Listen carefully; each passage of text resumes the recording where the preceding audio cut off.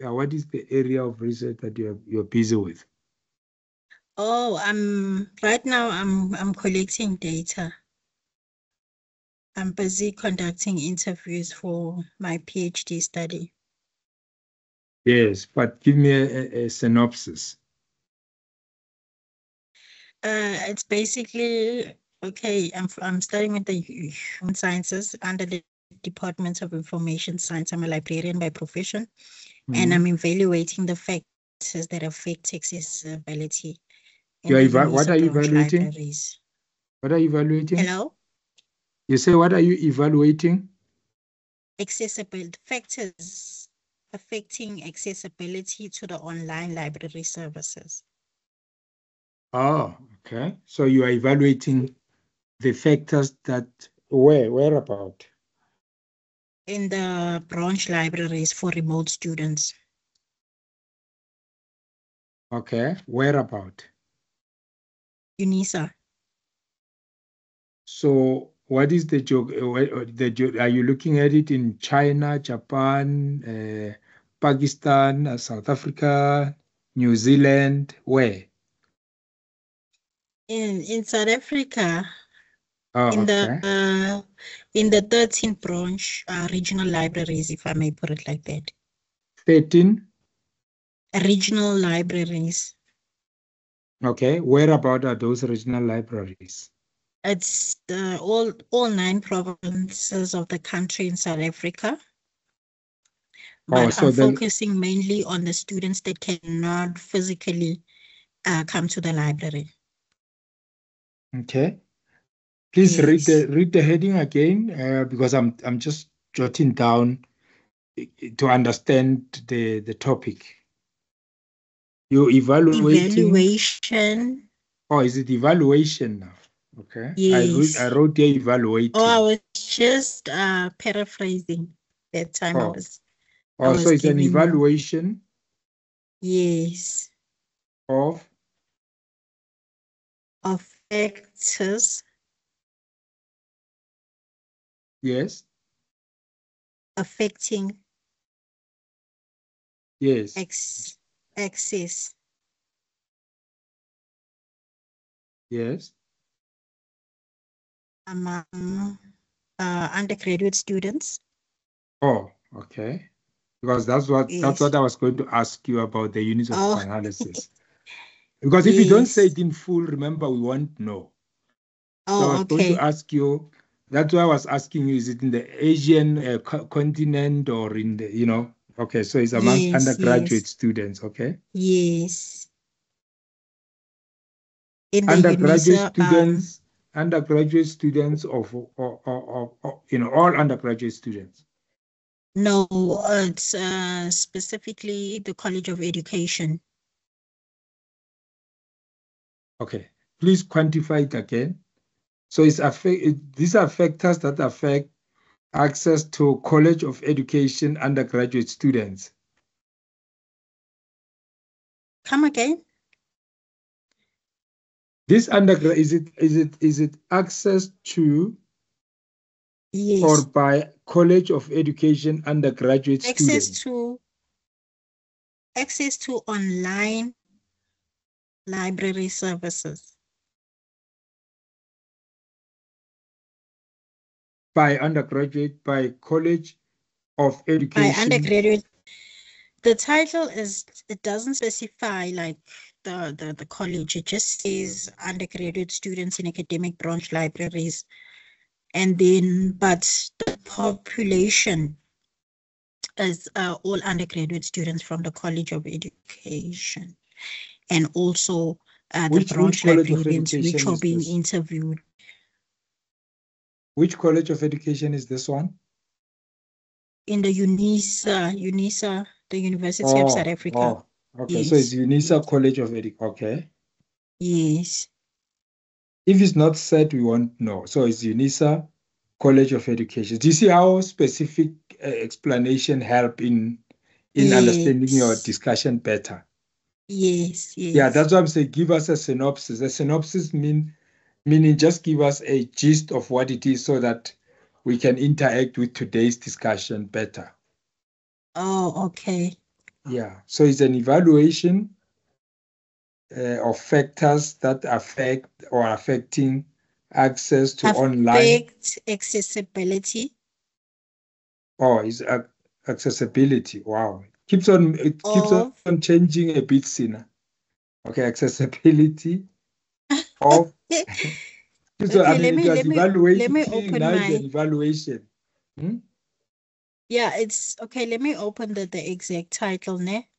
Let me give it to you fresh. It's evaluation of factors that affect accessibility of Hmm? online libraries services by undergraduate students in academic branch libraries, which is UNISA. Why don't you say that? If it's UNISA Academy, why don't you mention UNISA? Is there a reason for that? I did initially, but when I was doing my defense, I was told not to mention the name of the university. Hence, I put academic in place of UNISA. Even with the research committee for the ethical clearance, they Oh, asked me okay. to remove UNISA. Oh, okay. Yes. What was the I think it's reasoning? the Please new educate policy us. around it. They mentioned something about it's no longer allowed for us to mention names or something like that. I can't remember Oh, clearly. So okay. I had to change it and put academic in place of the name.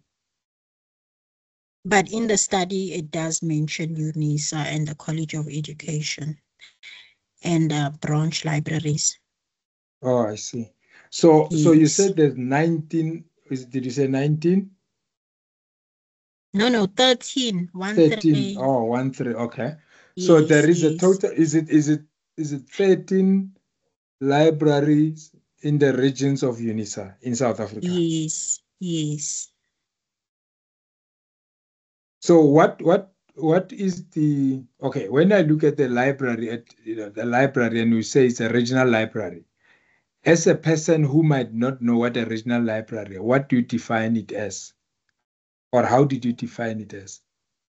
A regional library is it's like a branch. There's a main library and then there's a branch where students they cannot go to Pretoria.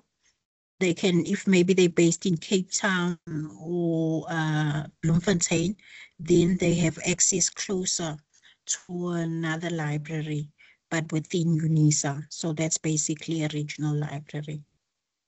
And it's defined in your Yes, definition, in right? my As to yes, okay, that helps. yes, Now yes, you look at factors. So you already say there are factors that affect undergraduate accessibility to online library services, right? yes, So are those online library services available to undergraduate students in the regional yes. libraries at UNISA equitably? Yes, yes, they are services that you can access physically. But from my experience as a branch librarian in one of the regional libraries, when I go out, because normally we go out to, for example, let's say Kimberley in the Northern Cape and Yeah. Kuruman and what's this other place? Those places. And then you find out that students do not even know anything about the library services we offer, and they struggle also to access like your e-books, your journals, even requesting books online. And also they having trouble with then when I was working, accessibility like login issues, lack of data and Wi-Fi. So the online services, the online library services are dependent on On what factors, or what make it accessible? You have to have a device, technological device, whether it's a mobile, a computer, a laptop, or any public computer, and also you have to have internet connection to be able to access or download library material from the library website. So those are those you are required to have those for you to at least access the services online, isn't it? Yes. So Yes. so what is your, so you are going to be, are you seeing yourself talking to the undergraduate students in the college, or what is the approach of your collection of data? Yeah, the collection it's a mixed method study. So I will be sending out surveys, questionnaires to the students, and then I will be interviewing the librarians in each region. Okay, so you've got librarians to interview one-on-one. Is it 9 of them? Sorry, 13 of them? Yes. Now the students, how do you? It's one from each branch, because some branches have more than one branch librarian. Okay, so and then for the survey for the students, from the how big is the population? I know you've already defended this, but now you're defending it the second time around. Sorry? I said, I know you've defended this from what you said, so you're defending it the second time around. Yes, it's basically all undergraduate students from the College of Education. How big is that population estimated? Do you know? Like I don't thousands, have I couldn't like thousands, get the exact hundreds? figure. It's over 1,000. Over nationally. Yes. Okay, so you're looking at a population of over 1,000, for example. Well, we're not looking at the exact number for now. So you are going to survey what percentage of that number? Do you know? From your population and your sampling strategy. I was looking at getting 400 and between 450 to 500 students that at least can answer the question to represent the whole college. So are you working with any statistician on it, or you just, for now, it's just your estimates? For now, it's just my estimation. I did make an appointment with one of the statisticians, so we are meeting next week. So what is your, look, we have discussed some, what we call a sampling frame. Now I can just ask that. A sampling frame really is just a list of the characteristics of these units of analysis, like your students and your librarian staff.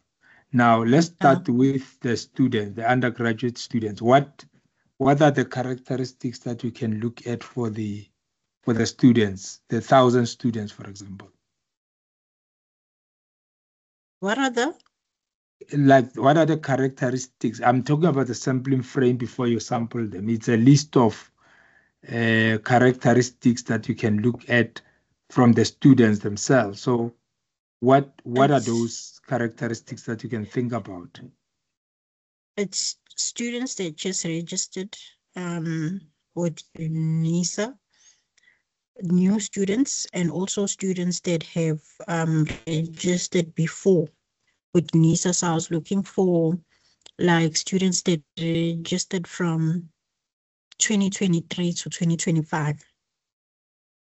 Who are registered from 2023, or those who just help me out there. So they were registered in 2023. Yes, and they were registered. Now they'll be probably doing their third year, if I'm not mistaken. Oh, okay. You're looking at the students who have been registered since 2023. In other words, you're including 2024 and 2025. Yes. Okay. So they must have been registered in that period. Yes. Okay. That's one, the registered students in a certain period. What else? Also, students that are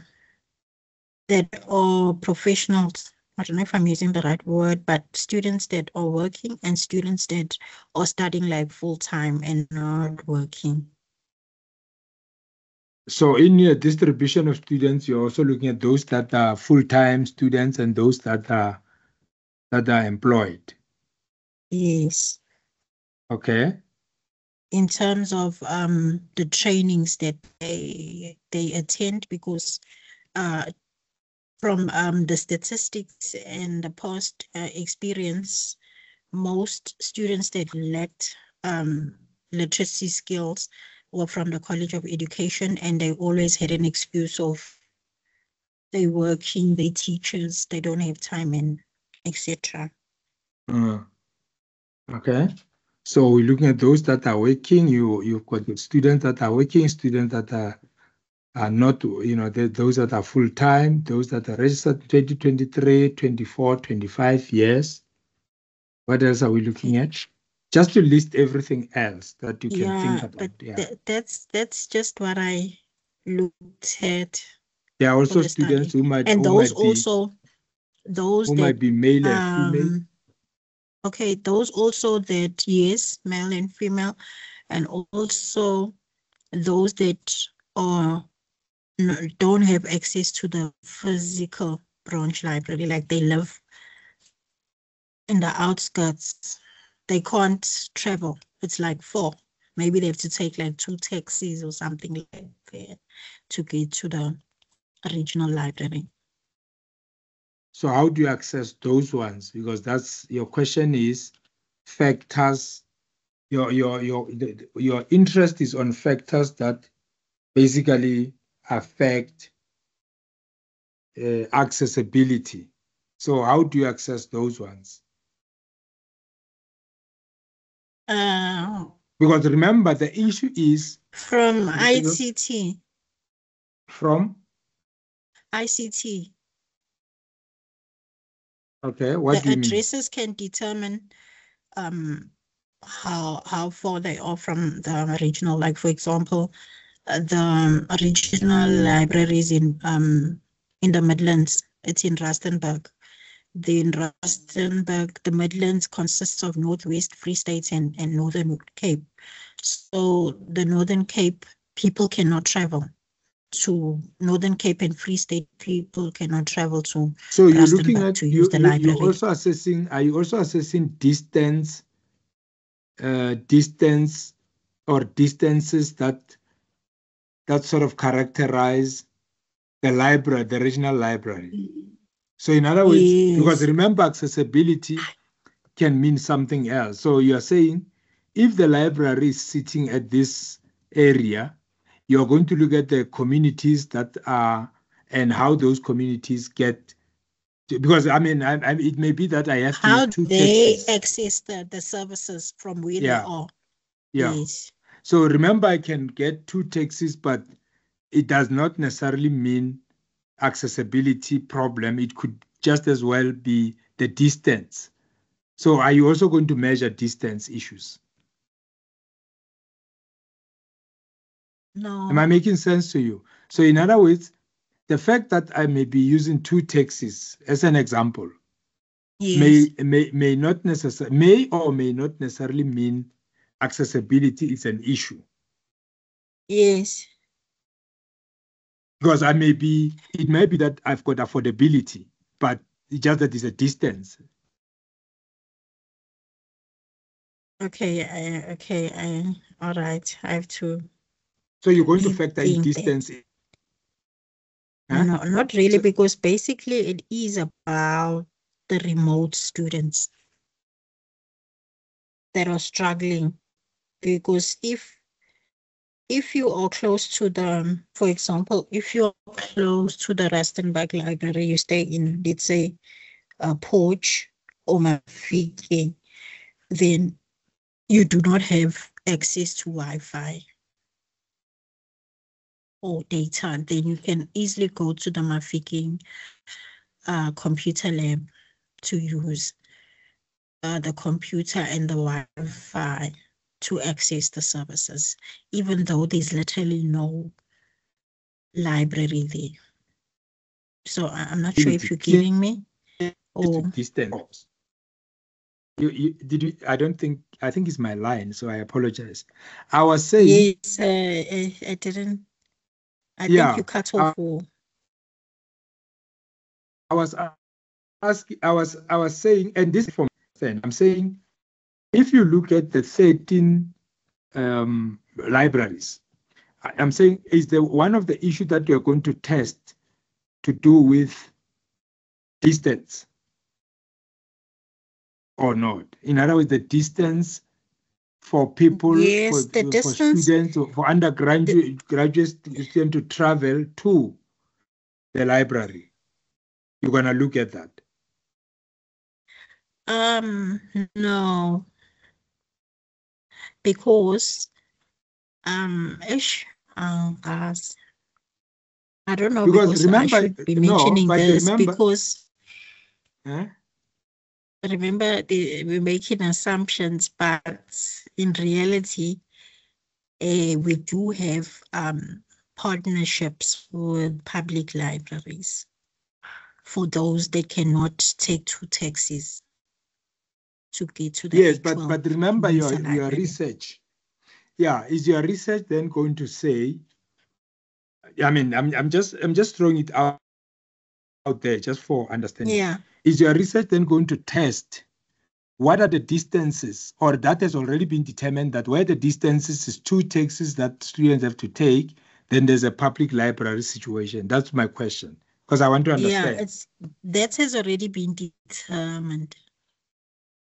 What has been determined? The fact that if you are going to use 2 types of modes of transport, maybe taxis to be specific, you then have to use the public library, for which you've got a memorandum of understanding with those libraries. Yes. Or not? Is that what is the case? So is your study then going to include or exclude the public libraries that are not part of the regional, or are those also part of your regional library services that you're speaking about, the public libraries? Yeah, they're all part of the services. They're part of the 13 libraries you were speaking about. Yes. Because when yeah, okay, students, like for example, request books from the main campus, and the students is in, let's say, a Free State, Sasolburg, is it Sasolburg or Cecil? Mm-hmm.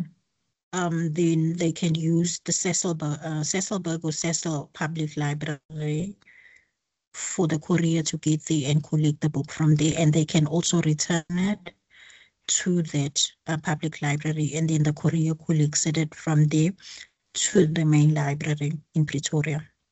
So the issue of radius becomes a factor. Is it the case or not the case? So it's not really a case, because we are focusing on the remote per se. The remote students. Or remote student. So yes. So what is the, and again, this is not interrogation, it's just so that we, other students follow the discussion. Yeah. So what is a remote, what is a remote student? So when you say this student's a remote, what are you looking at? In terms of the study, remote is a student that cannot physically come to the library, which can be the main library or the branch libraries. That is the student that you call remote. Remote, yes. So, they're geographically limited. Okay, so are you looking at the undergraduate students who are remote undergraduate students? Is that those that you're going to focus on? Yes, the ones that we go to. Okay, so it's under the library trainings. Oh, okay. Is it defined though also in your definition, the remote? In the definitions under concepts. Okay. Yes. Okay, so So again, I look at 13 and I would say it's grossly insufficient if you look at the geography of the country, right? So, Okay. no, I'm just saying 13 regional libraries is not sufficient if you take South Africa as a country, as you know, and UNISA as an institution. So there will be more remote, there will be a lot of remote students, naturally, right? Remember that each branch, like for example, let's use the Eastern Cape. Yeah. In the Eastern Cape, we have 2 libraries, one in East London and one in Gqeberha. Yeah.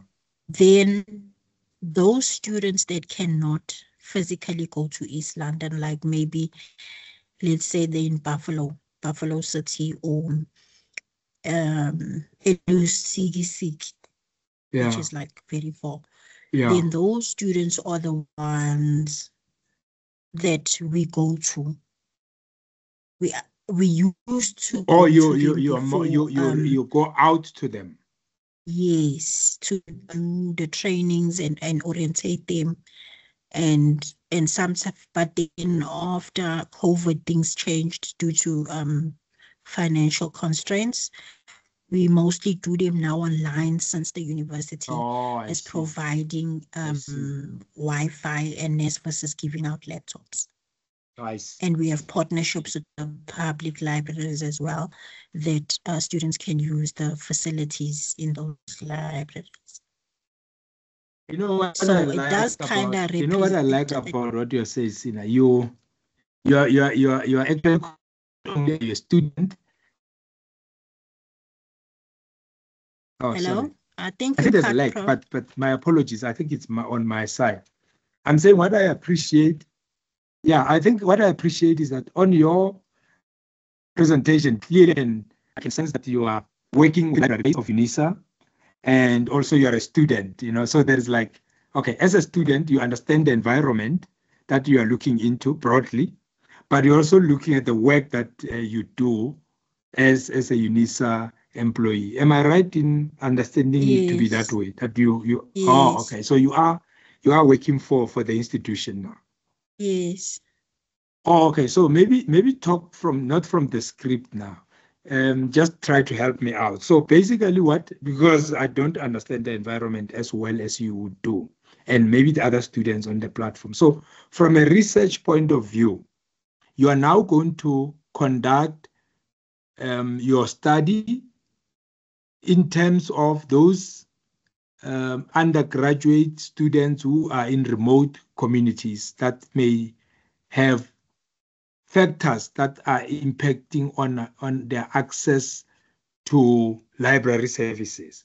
So let's take Lusikisiki, for example. And this is just an example because I want to follow your research approach. So in Lusikisiki, they will have to access library services, close by, maybe in PE or somewhere in KZN, depending on where they are in Lusikisiki, perhaps. Let's leave that for the politicians to sort out.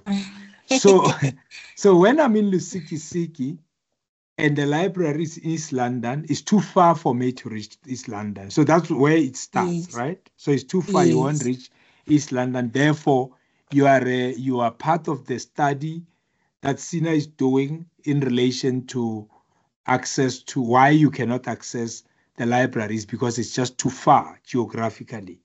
Therefore, as a factor, you then say, what do you do to me in Lusikisiki? That's what you are trying to establish.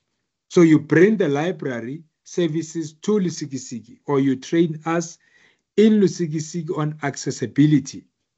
Yes. Yeah. So you train me on how to access the library online. So basically, you are saying, don't worry, even if you cannot reach East London, you can access the library online, and for you to do so, this is now what you need.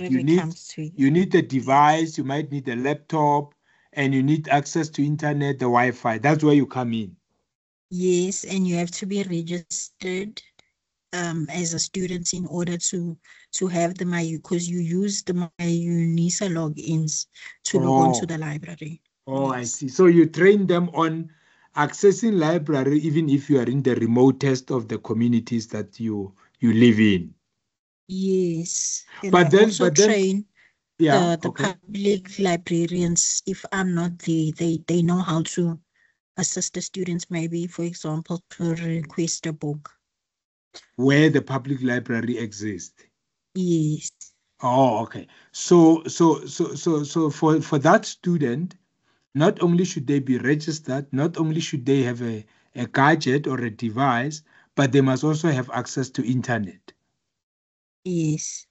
Now, if I am living in the remotest of the rural areas, is there no likelihood that I may have no internet and no Wi-Fi? Or is it there where you come in and you provide them with internet and Wi-Fi? How does that work? Remember now the institution provides data on a monthly basis. Or then you get, as a student, you'll get that. Then you will get it, whether even if you don't have a laptop, your phone, if it's a smartphone, you can access. We have a library app. You can access the app, and you can renew your books. You can order books. You can download ebooks, so forth and so forth. You can send us a query if you're stuck, and we have this feature called Ask a Librarian, and then you get an instant answer. And we also have a dedicated email address per region. Oh, I see. Where you can so essentially, get hold of the library. So essentially, you are saying there should be no, if all that is in place. In other words, if there should I'm be registered, no problem. Yeah, so you are addressing the accessibility of online library to all students, including those that are in the remote areas, just to make sure that they've got fair access to what the main library is able to provide, and linking up with the public. Oh, okay, I see. Yes. Okay. So what is then your evaluation? So you are evaluating what are those factors that then can impede? What are those factors? Because now they have everything, but there's still a challenge of accessibility. So you want to exactly check what is it, other than, so it's not, it may not be, it's not the device, it's not the Wi-Fi availability, it's not the data, internet access. So you want to know what then is the issue, and it's not that lack of training, and it's also not issues around the public library. So you want to establish why is it then that even with those, that those resources be made available to some of these students, they still don't access the library. Yes. Oh, okay. So that's what you are establishing. Okay. I hope I'm understanding you, because I don't want to misrepresent you. Definitely are. Oh, okay, great. You definitely, but then what is your hypothesis then, Sina? Because if I were to understand you further, you are saying UNISA makes available data for you on a monthly basis. You have a gadget that is a smartphone, therefore you can download. You've got an app. You are a registered student, which then means you've got access to the UNISA logins. Now, in your view, which might be still speculative, maybe, but what is your hypothesis on this? Why are they not accessing the services despite the fact that they are available? The challenge is like after lockdown, when things changed and we hardly go out like before, where we used to only do face-to-face. Okay. So then we adapted to do online. So there was like a great decline in attendance.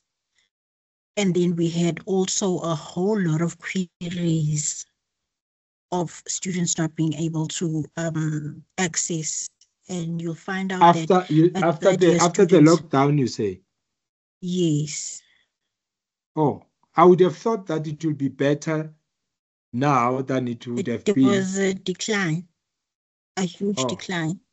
Yeah. Oh, So hence now I'm evaluating what maybe there's other factors that I don't know about that is oh, causing this decline, and also students not being able to access the services. I see. I see. Yeah. Okay, so that's what the basis of, but what do you think is the reason? I understand the decline, but what do you make as an assumption for the reasons for the decline? I think the change of it's compulsory now that it's done online, and the use of technology as well, like Microsoft Teams. As a student, I'm in a lot of groups, and then you find when students are asking, where can I get this? How do I do that? So Mm. those like digital skills, and also the unfriendliness. I don't know if I'm using the right word, Mm. but the library website on its own, it's clogged. You don't know where to go. Oh, okay. It's not But easy you're to no longer offering, navigate. you're no longer giving training then, We are, or you do but you're giving it online. online. It's virtual now. Yes. Oh, okay. Before the training was So physical. yes, so I think also the students, because there was a big difference when you do it, from my experience, when you do it online and physically, especially with the rural areas, because there, when you physical, you helping them, we're doing it step by step together. With the Oh, I challenger see. online, someone will just log in, but they're not paying attention. Maybe they're on WhatsApp, or they in the kitchen, or whatever the case may be, and Oh, I then they see. miss out on a lot of things, and then we get queries from there. Oh, I see. So basically, it's just the mode of transmission of the information that may. That's what we're trying to figure out. Oh, okay. All right. Yes, Now, so because it's there's it's so much money being spent on the invested resources on this, yeah. and everything like that. So we trying to at the end of the study, I'm gonna try come up with a framework. I see. So now, Yeah. so the nine employees, the library, Not who are you nine, looking at? Sorry, not the nine, 13. Where do I get the nine? 13 Nine provinces, regions. 13.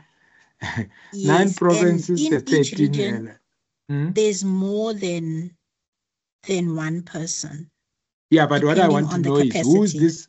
I want to know who in the region are you going to interview? Because there is clearly, The yes, there are more branch, than, the sorry. branch librarians, the branch Oh, so librarians.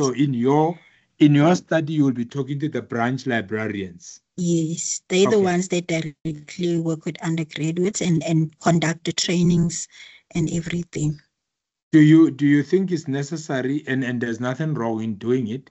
Do you think it's necessary then to interview all the 13, or you just want to, because there's no, I mean, it's Yeah, 13 of them, but the it's question is not the same. necessarily a must to interview all of them, but it would be nice to get a representation, because all provinces are not the same. They are like Cape Town is not the same. Cape Town and Durban and East London is not the same as Rustenburg. No, true. And But remember, the you interviews, I take it, is more of a qualitative aspect of your study. yes, yes, So it basically, is. you are triangulating the survey data with, so whether you're going to be taking 5 or 3 of it Yeah, probably just for triangulation. Are you funded to do yes. this research, or are you doing it by yourself? Sorry? Do you have funding, in other words, to interview 13 people? How are you going to do it? Are you funded? Online, we have technology now. No, It will but be, are you going to be conducting the interviews online? yes, via Teams. So it's going to be one-on-one, or is it going to be a Ye focus group? no, it's one-on-one. Okay, why the choice of one-on-one? One-on-one, I think I will get a better perspective from each person's experience. And But people it will be are time don't consuming, I because then know. it means because then it might mean you're going to be talking to 13 people. But I 13 might not branch. as well. It depends if they will all accept to be part of the study as well.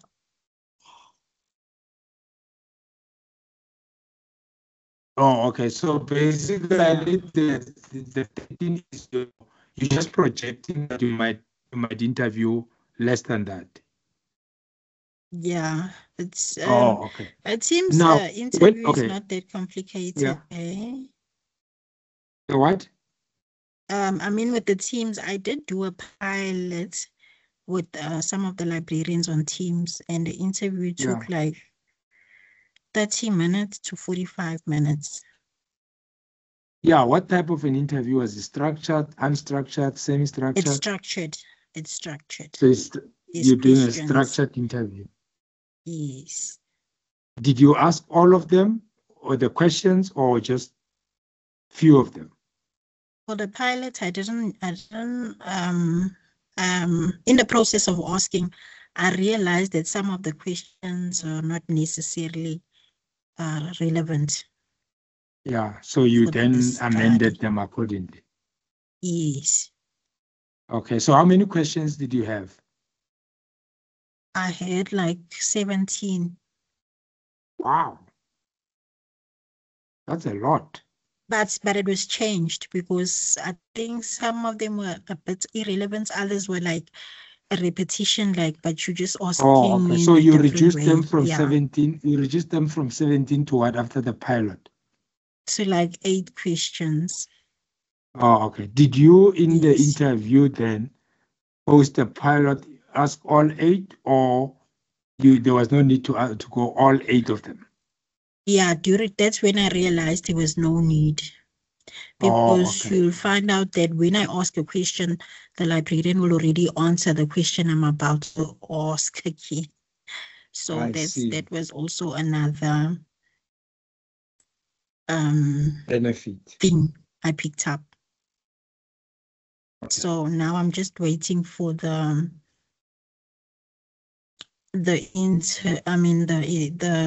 meeting with the statistician, so we can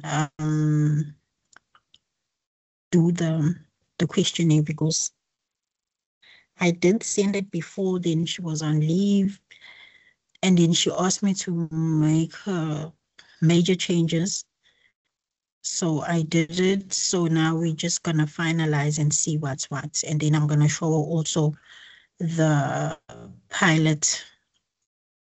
Okay, so I had to analyze. On the questionnaire or on the survey, how are you collecting from the 400 thereabout? You're gonna use a questionnaire, right? Yes. And it's gonna be online. Yes. So how do you access the the undergraduate students in the remote rural areas? I applied for the PCR, and then I got an approval. Then I had to send that approval to the dean, and then the dean told me to go ahead, and then I had to go via my supervisor, because on the letter I'm not allowed to directly contact students. So I worked with ICT, and they were the ones. I sent the email and the two approval, the ethical approval and the PRC approval, and also the link to the questionnaire. Oh, okay. How many questions? How many questions did you develop or design in the instrument? So far, it's 20. It's 20. And what are there some dimensions maybe that you are looking at or not? Like, for example, remember you're looking at the factors. So did you identify certain factors for which quantitatively they may quantify? Yes.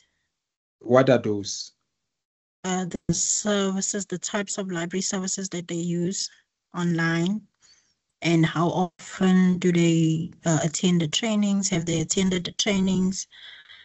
Are they aware So of the services on the that are type offered of to them? services, on the type of services that they use online, what options do they have there to answer? Or must they state? No, Are no, you there's giving them options there. are you I giving put them options options? there. What are those options? It's requesting a book, it's Okay. renewals, ask a librarian, accessing databases to search ebooks and journals, Yeah. Oh, okay. lab guides. But Can't remember the others. but now remember, just balance us out a little bit here. We will give you a break now just to drink water. Now, now remember you are looking at, so if you put in, let's say for options that you gave, let's pick two. One is requesting a book and accessing an ebook, right? As an example. So they will tick. Yes. What do they tick? Yes, no, or what is the option that they need to indicate? The option is, for example, the question will like which services which online library service do you use? Yeah. And then there's a option there, a list. Then you will choose. And whether then use a book, the ebook, the journal, or if so if now it's not on the list, I have an option for other that you can mention. Yeah. But now, yes, and this is where I wanted to get to. So when they do that, what would you say are the factors affecting accessibility online then? Because if they access the services or they are already on the platform, isn't it now they've got accessibility? Yes, then that So will I also would have thought what you wanted to ask them is factors that affect their accessibility, not so much that, or what am I missing there? Yes, you're right. I do have a option for that, because the questions are based on the objectives, which was the theoretical framework that I used. Okay. So it's according to what are the constructs now? Jesus. It's just that you No, me it's off fine. guard. It's fine. We're not gonna mark It's like anything. social influence, facilitating conditions, performance, something about performance, use or performance. So it's based on like those constructs. So I developed questions according to those contracts. Yeah, but So that, I am sorry, Sina, to interject, because this will be my last yes. point. Actually, this is the point I want to hear well. So you are evaluating the factors that impact or affect access to online. So I am a student already accessing the online library, so I'm benefiting from it, right? So I do have the gadget, I do have Wi-Fi, internet access, and so on. So I am accessing the services. Maybe not all of them, but I am accessing the services. Isn't your question then saying you are not accessing these services as an undergraduate student and you are in a remote area? Why are you not accessing the services? So in other words, you need to know, for those that are not those that are accessing the service, because those ones are already accessing the services. What am I missing? What did I miss? I do have a question on that. But I'm saying you are talking to, but you're talking to me who's accessing the library services. You are not talking to the person who's not is a student registered and not accessing the services. Yes, there's a question actually before that one, that you have to indicate whether you access or you don't access, because I want to also find out there are students that are accessing and how many students are not accessing. And then if you access, then you will answer the next question. Which services are you accessing? If not, I don't, then you indicate what is the challenge that you're encountering for not accessing the service. Okay. So now if you are, again, I want to go back to your topic and please pardon me for that. So if your study, okay. If your studies and evaluation of factors that are affecting accessibility, right? So okay, you are not looking at, you are looking at both those who access and those who don't access. So you are actually dealing with two sets of students there. In other words, you're dealing with those who access and those who don't access the services. Yes, because that can help me also determine why that other parts of the students are not accessing. That is my main. And then for those that are accessing, maybe, for example, they attend the library workshops. Yeah. They have sometimes travel, let's say, for example, to the libraries or whatever the case may be. Yeah. Oh, okay, I see. Now, are you going to I'm now trying to think, if there's 400 of us and the first question is, do you access online libraries? And I'm a yes. So it means if I'm a yes, the next question then becomes, which services of the online, library do you access, and so on. If I don't, you will then ask what questions as to why do you not access the services that are available, and then what options do I have there? There is you have Wi-Fi, data, login issues. I do not have the devices to access, and there's others I can't really. Okay. So for those ones you go back and look at whether or not the environment and the devices and all those issues are a challenge or not. Oh, okay. And then so I you are give them actually an option as well. And to an open-end question for them to elaborate. I see. Yes. Wow. Thank you very much for sharing. Thank you. You helped me because you caught me off guard. No, what I like is the fact that I didn't know I was going to be asked questions. No, of course, it's simple random sampling we are using. So anybody can be picked up in this. So you've got an equal chance. The probability that you'll be picked up again is very high.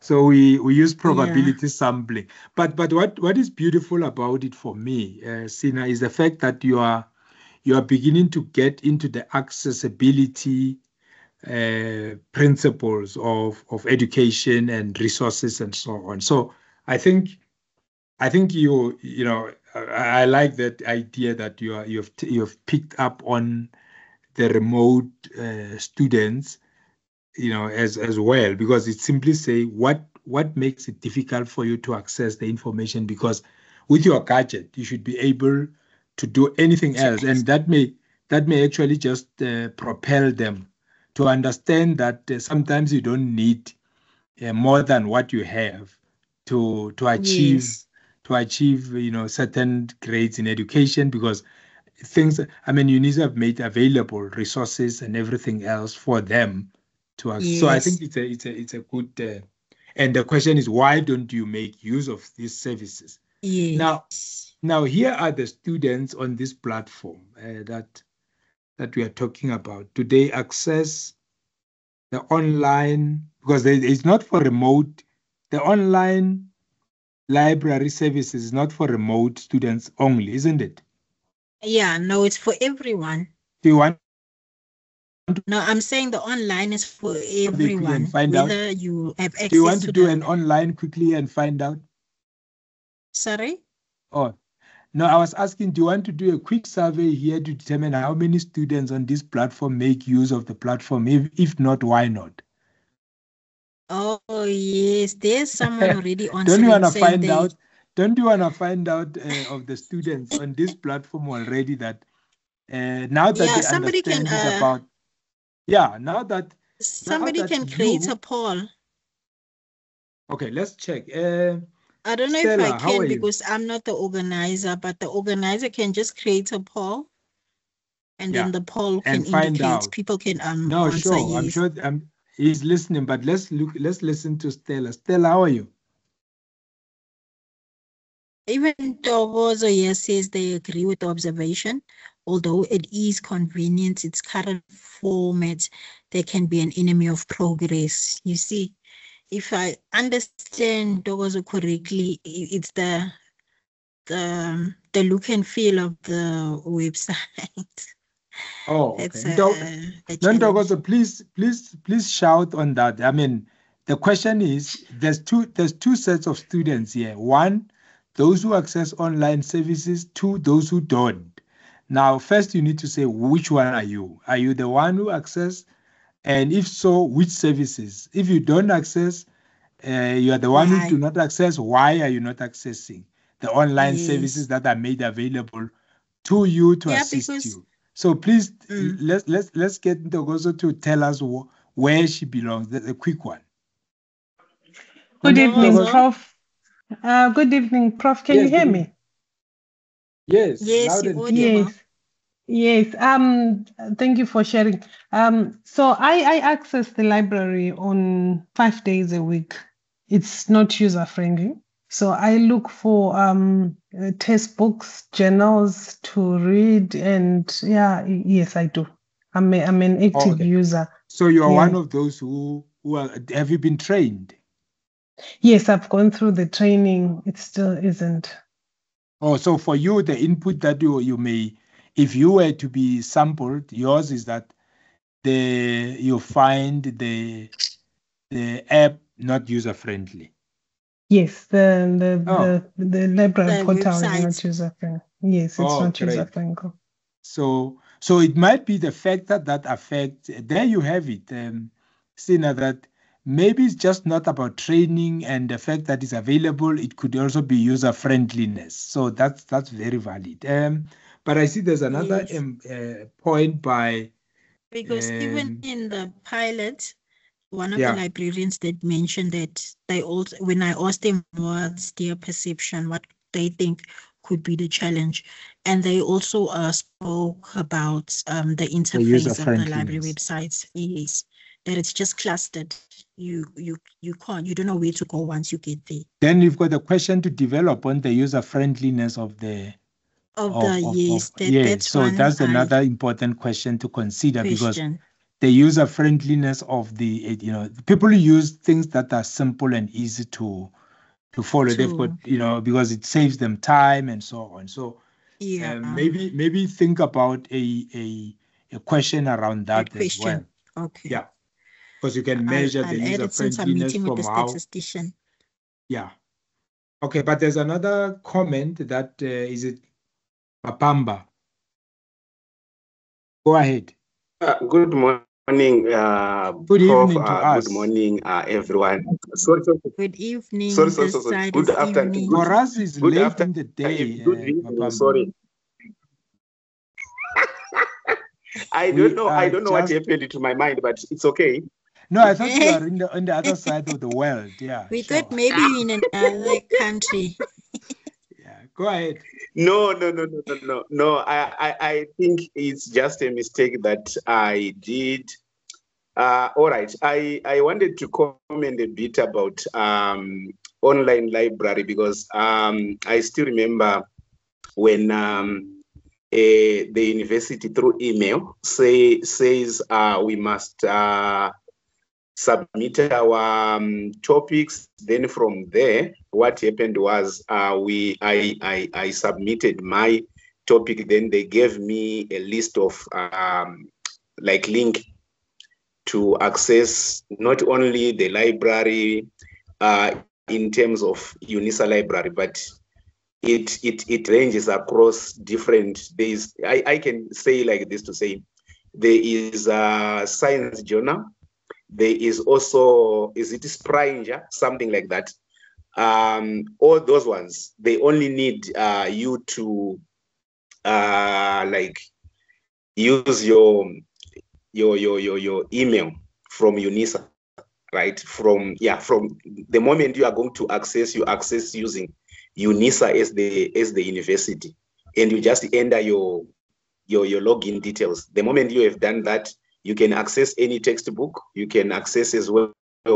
The only thing that I can say is that I did not even got the training, but I know how to use it. So that's what I can say. So there's a need for you maybe to try to ask maybe on the issue of trying to say, since you have accessed, do you know how to, did you receive the training to how to use these resources which are online through the library? I think maybe there's something that you can get from there. Thank you so much. Thank you, fellow colleague. Actually, there is a question that relates to that. Oh, okay. So and it's thank you for covering. that point. That is valid. And another thing is there's a very big gap between the postgrad librarians and the undergraduate librarians, because the postgraduate librarians only focus on if you in the faculty of law. I just only focus on law subjects if I'm the librarian for law. Unlike us, we have to like you have we to jack really of like jack of all trades across because it's undergraduates. I see. There's no specialization there. Yes, and we also deal with people that it's their first time in an institution, which is also there's no one. I think then the point of the user friendliness is even more pronounced at the undergraduate level, perhaps, other than at the postgraduate, because then it might be overwhelming. It makes sense. And thank you, everyone. No, and thank you very much to you for sharing. And good luck. We will keep on bothering you on this one. But the quick one, because as I said, I'm in the dark, literally and figuratively. But let's just look at. No, thanks for that, Sina. You can now grab yourself a glass I can drink water now. Water now, you are released. Okay, thank you. No problem. Now let's look at instrumentation, because part of what we were discussing with Sina really was to see how the instrument that she's going to use is going to be stabilized. Now she's going to use interviews, because she said so, for the branch managers or branch leaders or whatever teams. And he's also going to interview students, but the set of students that she's going to interview are, as we heard, those who use and those who don't use. So it's important in the instrumentation to think through that. You need to standardize the instrument that you're going to use, so that it's able to, you're going to administer it to all sets of students. For example, she says there are options. I mean, if I ask you one question and it's a yes, then there will be a whole follow-up questions on that. But you may find that at the biographical level, it might be the same. Are you man, female? Are you, male, female? Are you working? Are you full-time? All those questions, they can at least build up on the bio part. Whilst, the content might then diverge from that. But it's always going to be important to look at it, first together and then separate it.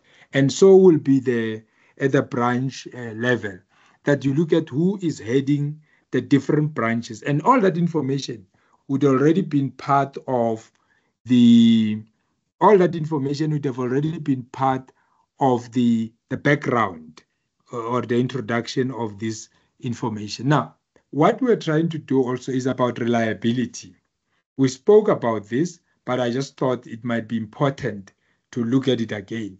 For example, if you want the highest reliability, it's better to ask a direct question specific one than a general one. If I ask you now, which is something that we spoke about before, did you attend a religious service last week? It's better to measure that than if somebody was to ask you about how many times you have attended religious service in your life. So if somebody says to you, how many times did you attend religious services in your life? It's more difficult than to measure than something that says, did you attend a religious service last week? Because then if it's last week, you can either say yes. So if all the people say yes and no, if I'm sitting with 400, I'm able to say how many of the 400 did attend or how many of the 400 did not attend. So it's measurable.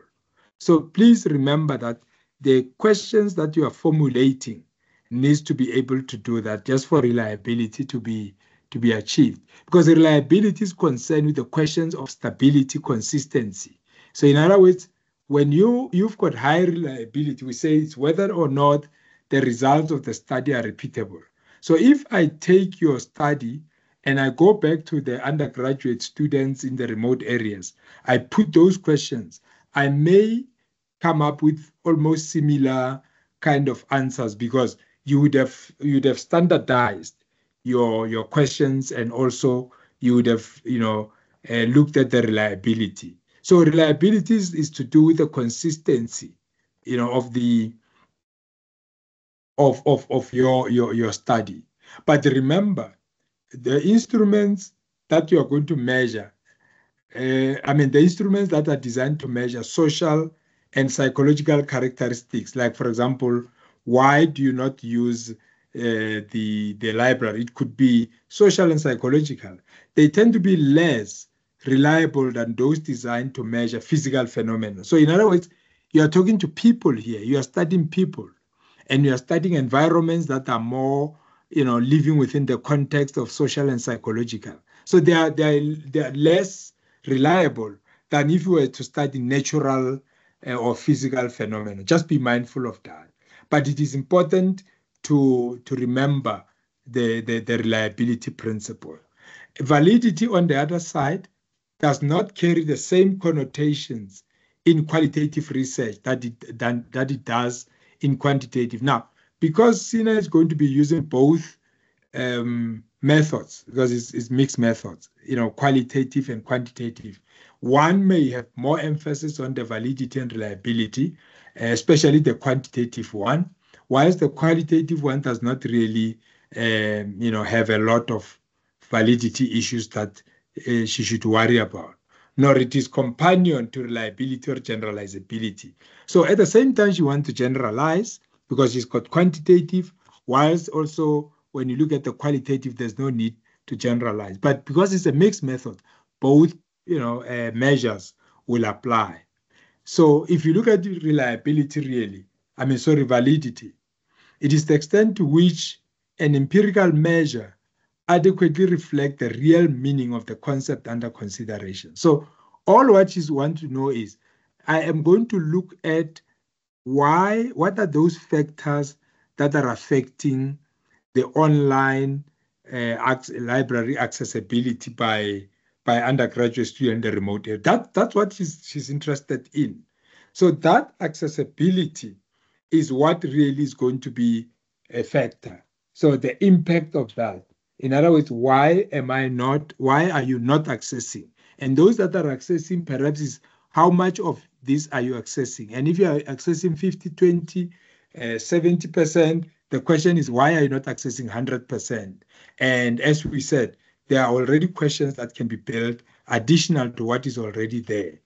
Now, I just want us to quickly talk to the population validity. One, population validity really is the degree to which the findings obtained for a sample may be generalized to the total population.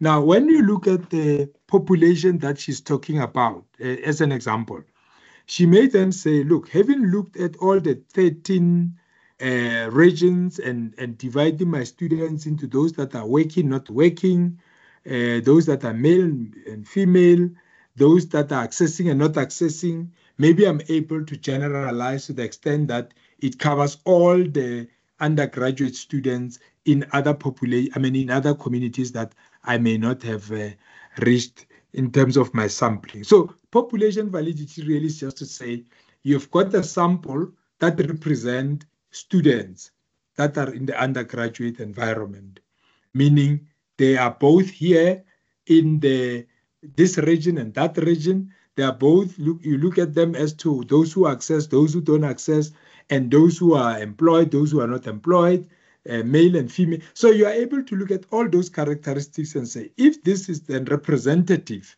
I am able then to generalize my findings to the total population to which this hypothesis apply. So that's very important to consider in the measurement of validity.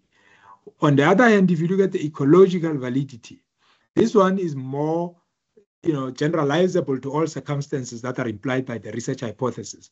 So in other words, if you look at the ecological, you then look at those different communities that she has said, public library, regional libraries, and then looking at all that, you are able to say it looked like in the Northern Cape, in the Western Cape, in the Eastern Cape, in the Free State, all over. These are circumstances that are prevailing, which then impact on the accessibility by students and so on. So this is very, very important just to think about it and consider it in your proposal. So some of the tips for proposal writers to address on validity issues are as follows. One, you need to identify what are the potential threats to validity that may arise in your study. So in other words, what are those factors that may impact on your ability to conclude on the concept that you have sort of defined? What is a separate section in a proposal may be composed to advance this threat? Now, remember we talk about the threat to validity. We'll talk to it just now, maybe quickly. You define the type of a threat and you discuss how you plan to address it. Now, there's two types of validity, internal and external. Remember, internal is the extent to which the design and the data yield, the results allow you to draw accurate conclusions. So you're able to say, one of the reasons why students do not access online libraries are the following. And now you are able to say, I know for a fact. Now, here we make use of an example of the X and the Y. If you are able to determine that fire causes smoke, you are able to tell us that you've got no doubt in your mind that the reason why students are not accessing the library online services is because of this. So you are able to say, you have really established beyond reasonable doubt that. On the other hand, if you look at the external validity, is the degree to which your findings can legitimately be generalized to other similar contexts. So basically you are saying this situation that applies here in Lusikisiki, because it's the deep rural, although rural can be different from Eastern Cape rural, Mpumalanga rural, Limpopo rural, but insofar as it is legitimately generalizable, you are able to say this situation can apply in any other environment. So that's what the external validity will do. Now, the other reason why we want to look at the measurement, sorry, I think I'm repeating the validity of measurement here, is you need to look at what you are intending to measure. If you are going to measure, for example, you are going to measure the impact, or you are going to evaluate why do we not access online, you should use the right measurement for that. For example, a thermometer measures temperature, So again, you just have to make sure that you use the correct instrument to measure or to evaluate So in the evaluation, the next question is going to say, what is the tool that you are going to use to evaluate? Because an evaluation is almost like the doing part. So when you say, I have evaluated, what did you use as an instrument to conduct evaluation? So that's going to be very, very important to determine, especially when you look at the validity of measurement. A yardstick, for example, is a valid means of measuring length. So if somebody is going to talk about length, we use a yardstick. So For example, it's very difficult to measure the always available, because it's very difficult. What does the always available mean? So what do we measure there? But if you say, did you go to a religious service on Sunday? You are measuring just a particular event on a particular day. So avoid such things such as always available, for example. So the reason why I'm rushing through this conversation is just so that you remember, you understand that it is important in the context of research to remember that you use the correct instrument to measure the phenomenon that you are measuring. If somebody says to me, do you access online library services as an undergraduate student? I can already see a yes or a no, right, from that measure, because it's about whether you access or you do not access.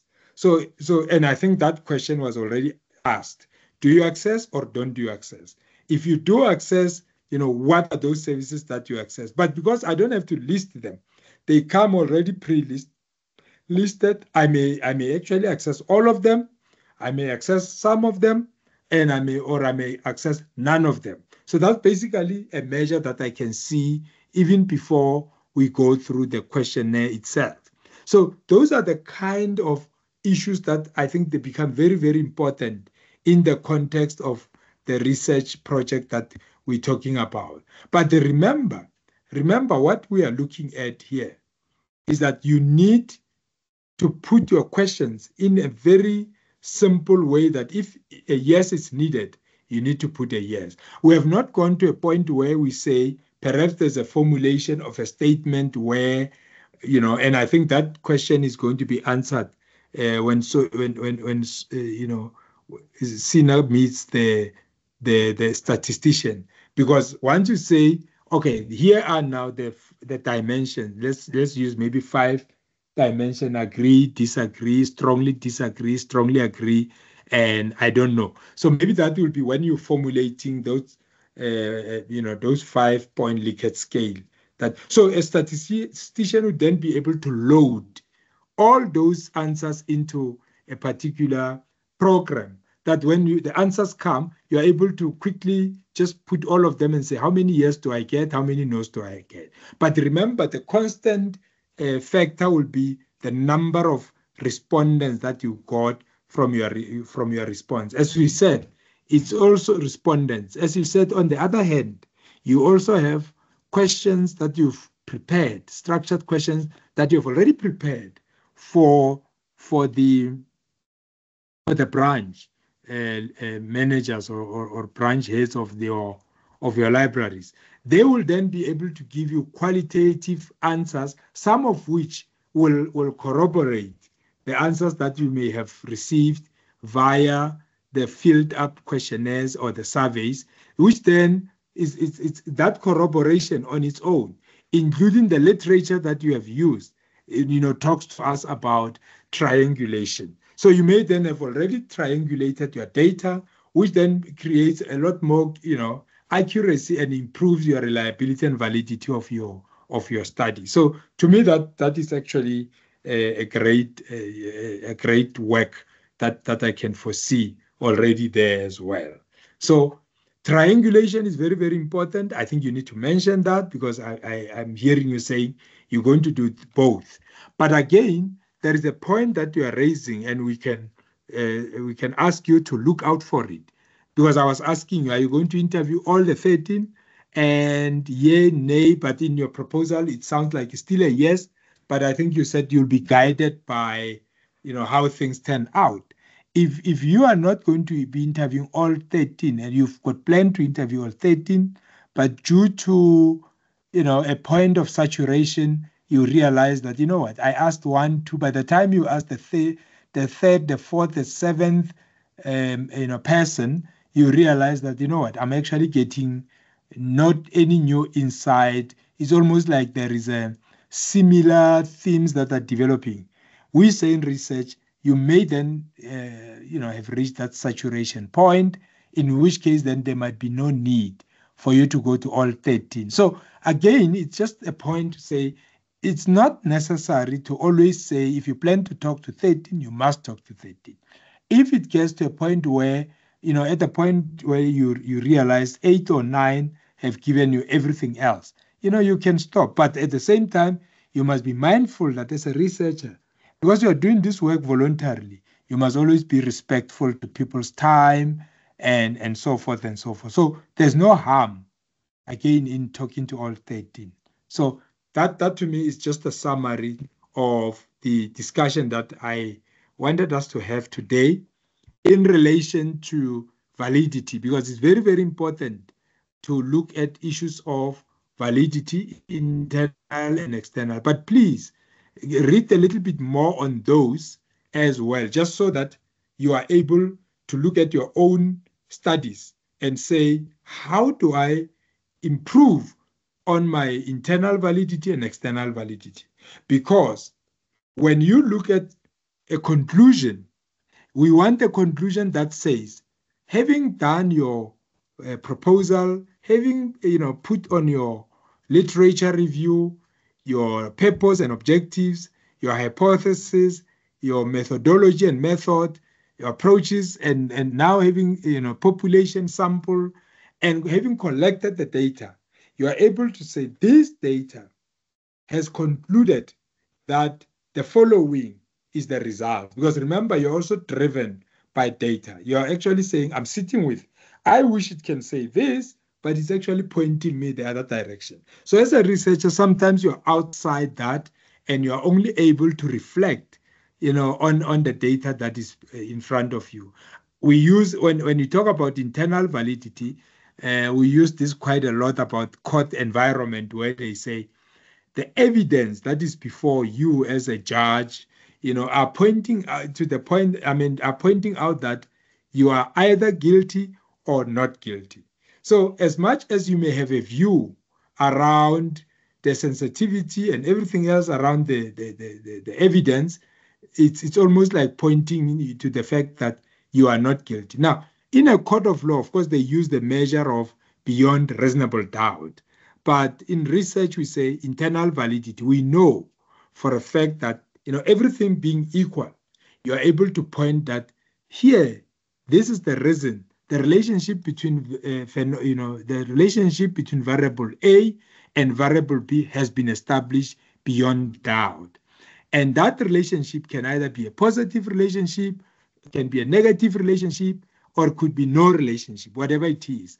Or there's absolutely a huge percentage of the relationship that says, yes, students are saying the reason why they cannot access the library is that they don't have devices, or they don't have access to data, or, if you can get to that point where you say the data is pointing to that. That's what we talk about when we talk about internal validity. Now, if you've sampled the population correctly, you are then able to also achieve the external validity, because that has to do with the population that you have sampled. So that's why earlier I was asking Sina about the sampling frame. So in other words, have you looked at the whole student population and say, what makes a student, and those characteristics, you put them all together.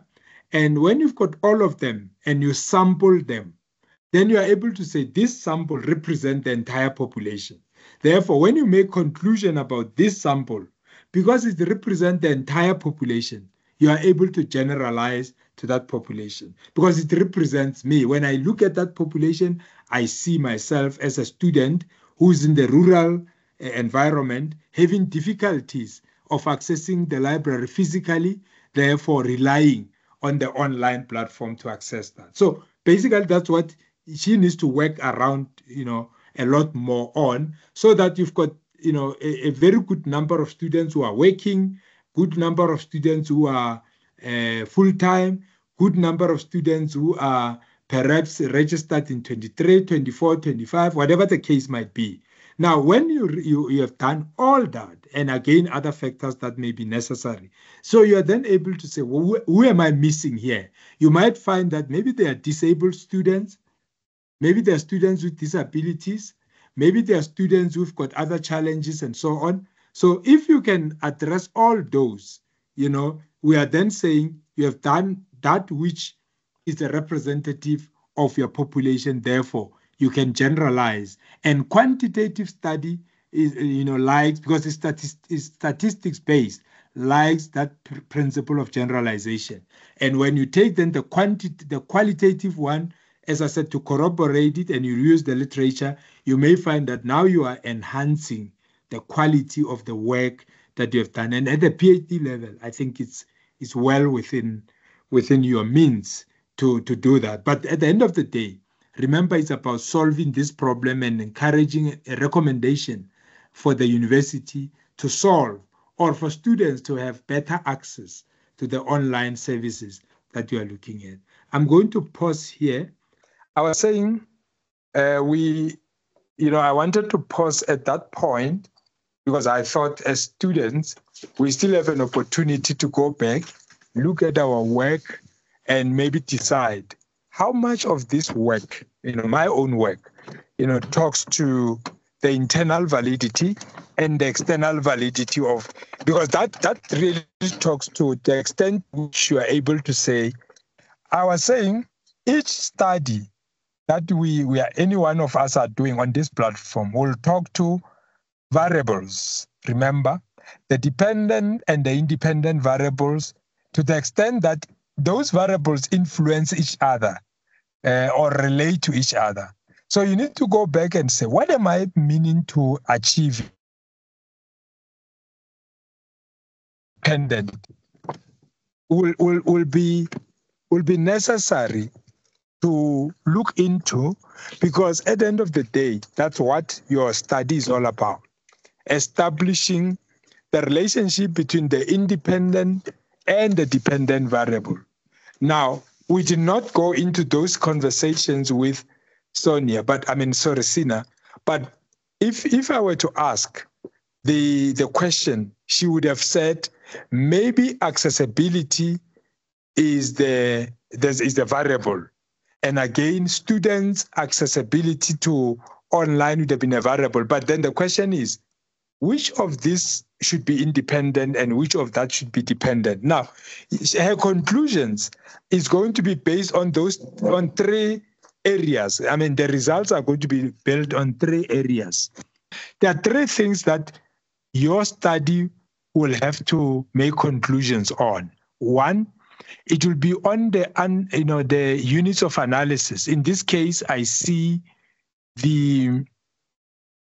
those remote undergraduate students and their access to online library services. That's what you're going to say. So basically, we are interested to know what is the conclusion related to the online library services by the remote students. That's what we want to see in your results. Secondly, we want to see the remote undergraduate students because they are the units of analysis.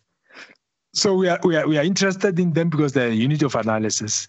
Then another area is to see whether there is, those factors, because these factors now become part of your summary of what do they say about it. And so that then becomes variables that you are interested in, independent and dependent. Now, if I make the environment conducive by providing devices, data, and all that, and you are still not doing it, then the question is, why not?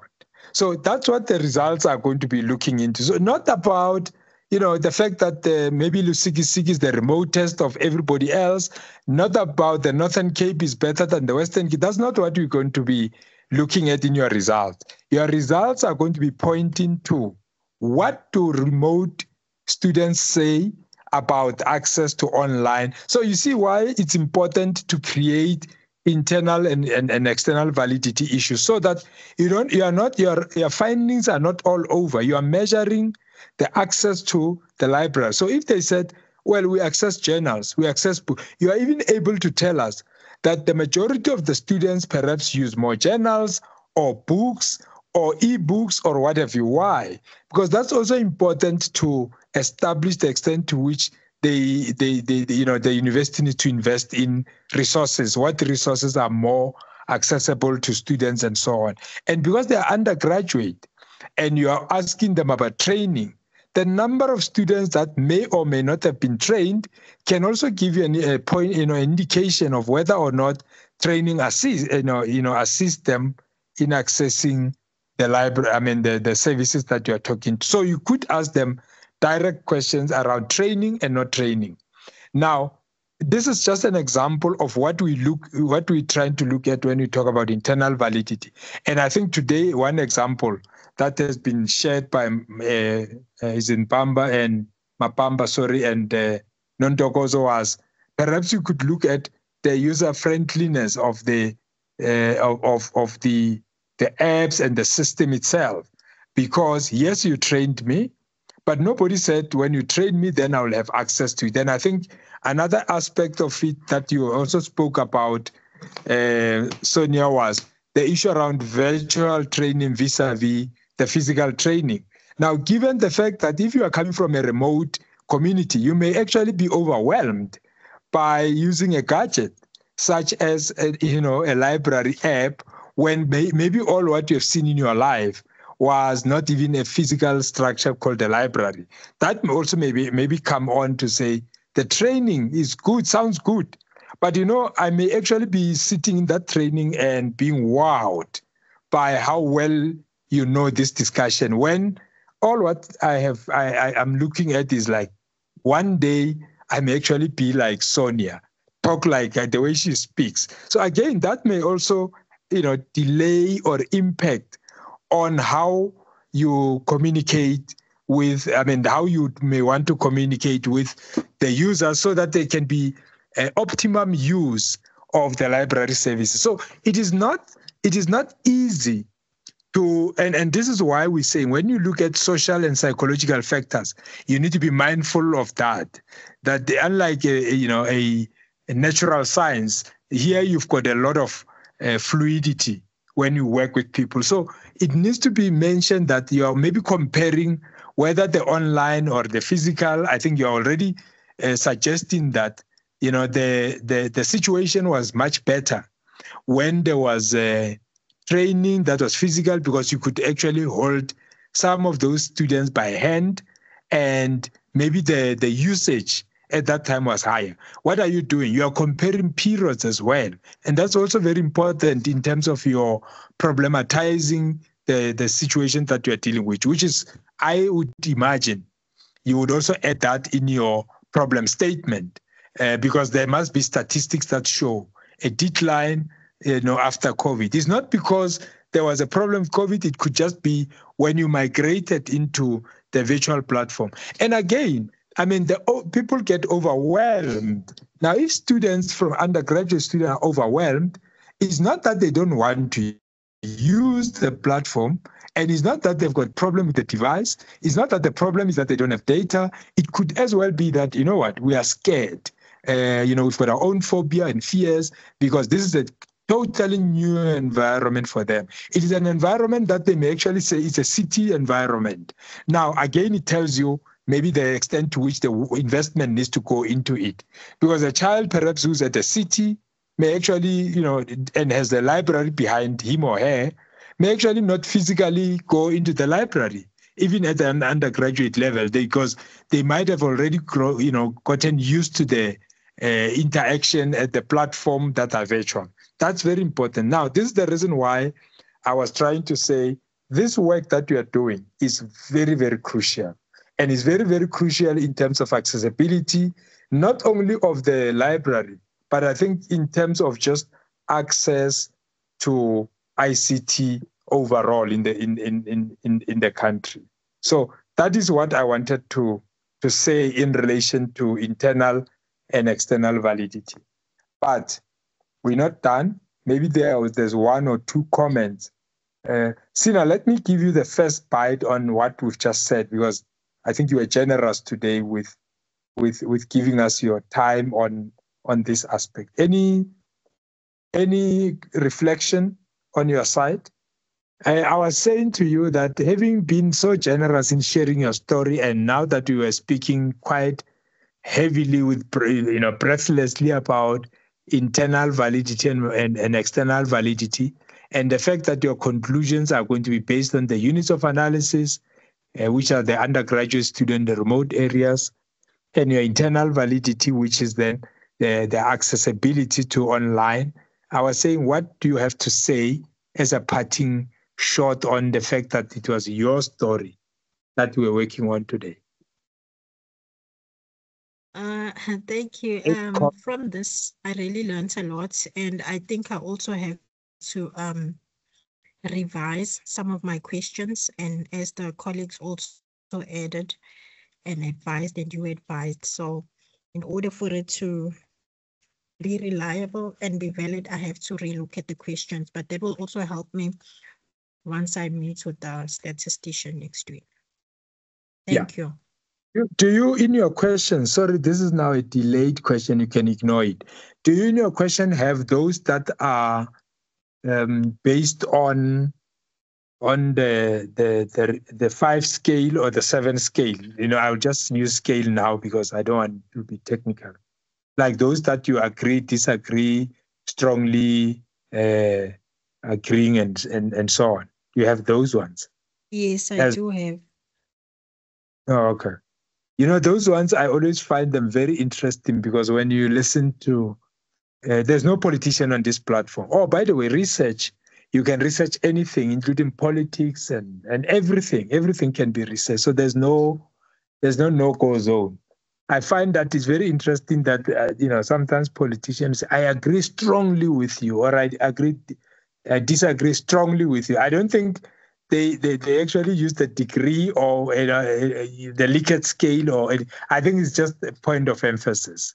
So I always find that very interesting.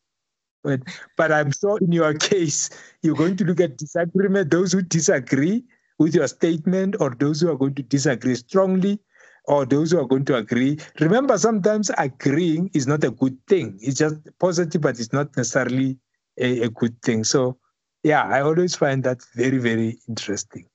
Yes. Do have such questions. Okay, that's very interesting. Thank you for sharing your story. Let me listen to... Thank you, Prof. Thank you very much, and good luck with you. We're looking forward to engaging you some more. Okay, definitely. I'll start attending. Oh, yeah, please. Even yes, it's I didn't know it was so interesting and very helpful at the same time. Oh, my God, we are very happy. It's a family show. You can also bring, if you find yourself having to cook dinner, bring children in and say, this is just a family show. So anybody's allowed. And because it's adult environment, we try not to make it too abstract if we can. Okay. Thank you. Yeah. Thank you very much. Mapamba, I want you to also reflect on, because you did make a comment, is there anything else that you want to say in relation to validity, reliability, or just any other discussion that you feel you'd like to share with us? Thank you. I think in the comment section, there was an issue where someone was asking to say, is validity going to apply as well to qualitative? But from my understanding, from what you have shared with us here, is that validity is more a quantitative variable, meaning that maybe I do not know the degree of applying validity to qualitative research, right? So maybe that is something that I may say, can you explain more, so that maybe for the benefit of everyone, so that maybe in future when we apply it to, we have got first-hand information of what's going on. Thank you. Okay, let me try. And again, if I don't get it right, we'll do it again. Let me try, but I want to try it in a simpler way if I can. I don't know whether this will work. You see, when you look at the qualitative study, Mapamba, is that you can walk into an environment. I mean, I can just imagine Sina walking into the office of a branch. What do you call them? Branch managers. What are they called? Those people who are managing those libraries. It's the branch librarians. Okay. Now let's use an example of a branch librarian, Mapamba. She walks into a branch librarian, and it's a qualitative study. She's gonna do one-on-one. Now, remember, with qualitative, everything counts, observation. She needs to look at the environment, and there's verbatim and everything else, right? That's a qualitative. Now, when she walks in there, she wants to talk about online accessibility by remote students. Now, this branch librarian has just been a witness of a very exciting game of soccer between Orlando Pirates and Mamelodi Sundowns, for example. Now, when she walks in, that conversation may start like that, right? She's not there to discuss football. She's there to discuss online access to students and so on. But in a qualitative study, that is allowed. So now you end up discussing football, but then she may then get back and say, well, thank you very much. That was a very nice intro, whatever it is. Do you mind that we talk about A or B? But she's not going to ignore the fact that the kind of discussion, because remember, qualitative is a conversation basically with a purpose. So it's not a yes or no situation. Now, the validity point we are saying is not that the validity point doesn't matter in qualitative, but if you say you are going to measure the distance between Johannesburg and Pretoria, for example, right? Or she's going to look at the impact of how they evaluate the library accessibility issues. There must be an answer in all those sets of questions and answers that she would get that at least talks to that. So in other words, there must be an answer amongst all the answers that hits the target. So there must be one of those answers that hits the bull's eye, if you get what I'm trying to say. Now, if she's going to hit that bull's eye all the time, there's validity and reliability.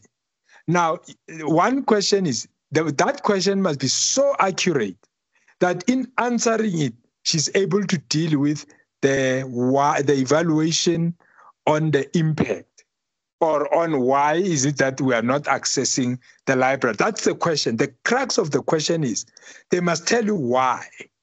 If one of those questions is exactly the why, and it talks to exactly what you are trying to measure, that is validity.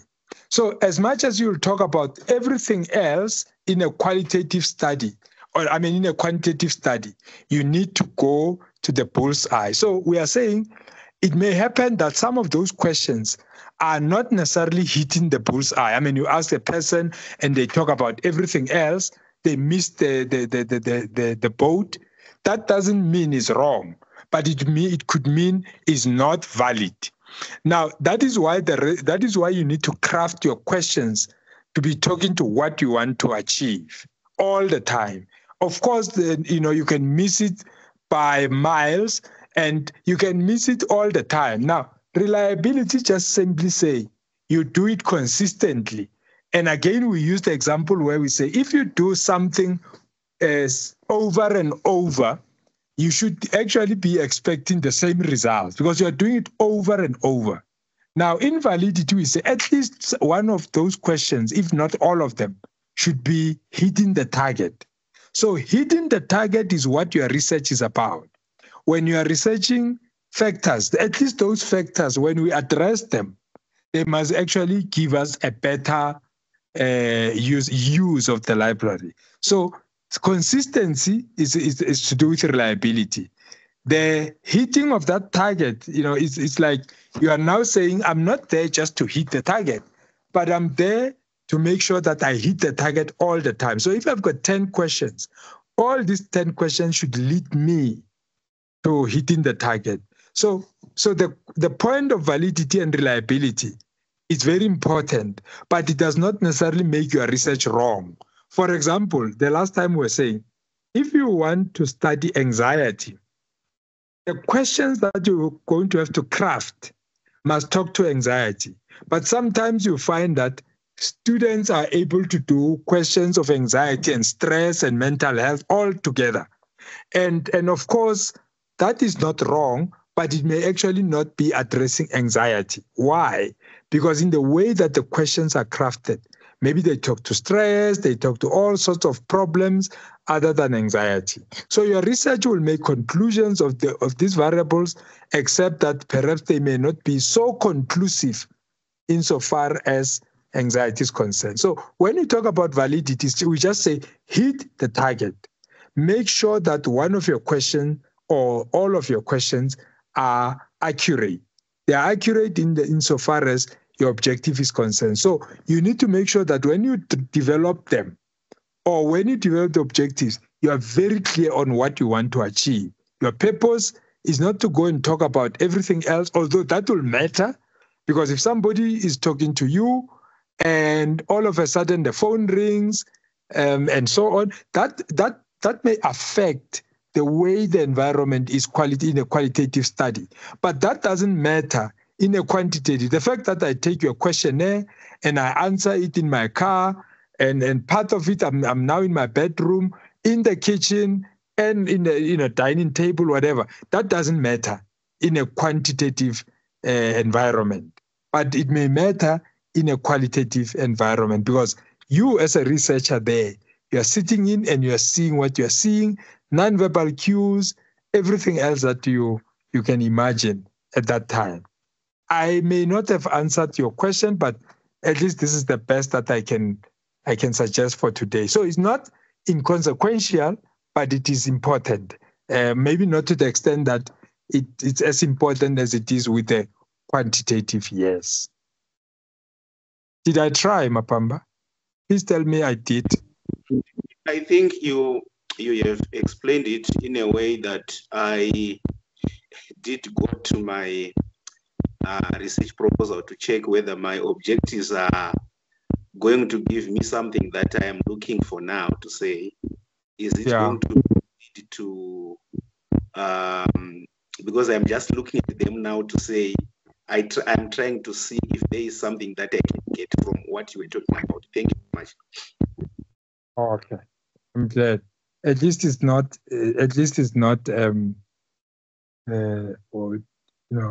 doom and gloom from what we said. Now, it is very important where you went. You went to the objectives, because your objectives are going to, they are meant to assist you in formulating your questions that based on their instrument as well, so that you are able to link the objectives and the instrument as you go along. So I'm glad you did that, because that's actually another smart way of looking at it. And check the objectives, your sub-objectives, and when you formulate questions, of course, you'll use literature review, but you need to remember, what is your objective? My objective is to establish the extent to which students in the remote areas are making use of online library. It's not about anything else. It's just the accessibility to online library services. So remind yourself of that all the time, so that even when students come to you and tell you about other factors, those will be important. I mean, they may be relevant to some other studies, but they may be a limitation to the scope of your work, because your study is focusing on a particular aspect. So yeah, that's very, very important. That's why it's important in your proposal to make sure that your objectives are, what is the word they use, SMART, specific, measurable, and so on. So thank you for that. Is there any burning question, comment that any one of you would like to raise before I hand over to Godfrey? We will always, go forward, come back, because this is the nature of research. I mean, it's a cyclical. So basically, we apologize if some of you are far ahead and some of you are way behind, but we're trying to really make sure that we knit it all together for the purpose of forward movement. Nobody should be left behind. So if this didn't help much, we apologize. If it did, we are very grateful for your attendance. But let me take this opportunity to thank all of you. Thank you and have a good night, colleagues. Thank you very much, Godfrey, and good night, everyone.